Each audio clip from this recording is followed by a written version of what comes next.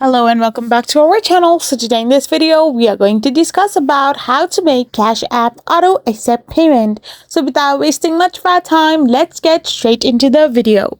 So Cash App does not have a direct setting to automatically accept all the incoming payments. So you need to open your Cash App and simply tap on recurring deposits to manage your incoming payments. So once you have tapped on it, you will end up in this kind of interface. So now you need to simply turn the toggle to the right hand side to enable the auto add cash feature within the app's recurring deposit section.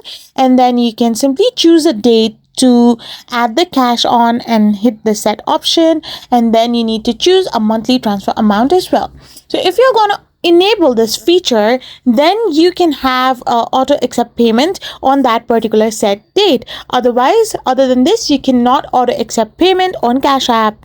I hope you found this video helpful, so don't forget to hit that subscribe button and do give us a thumbs up. We will be back again with more informative videos.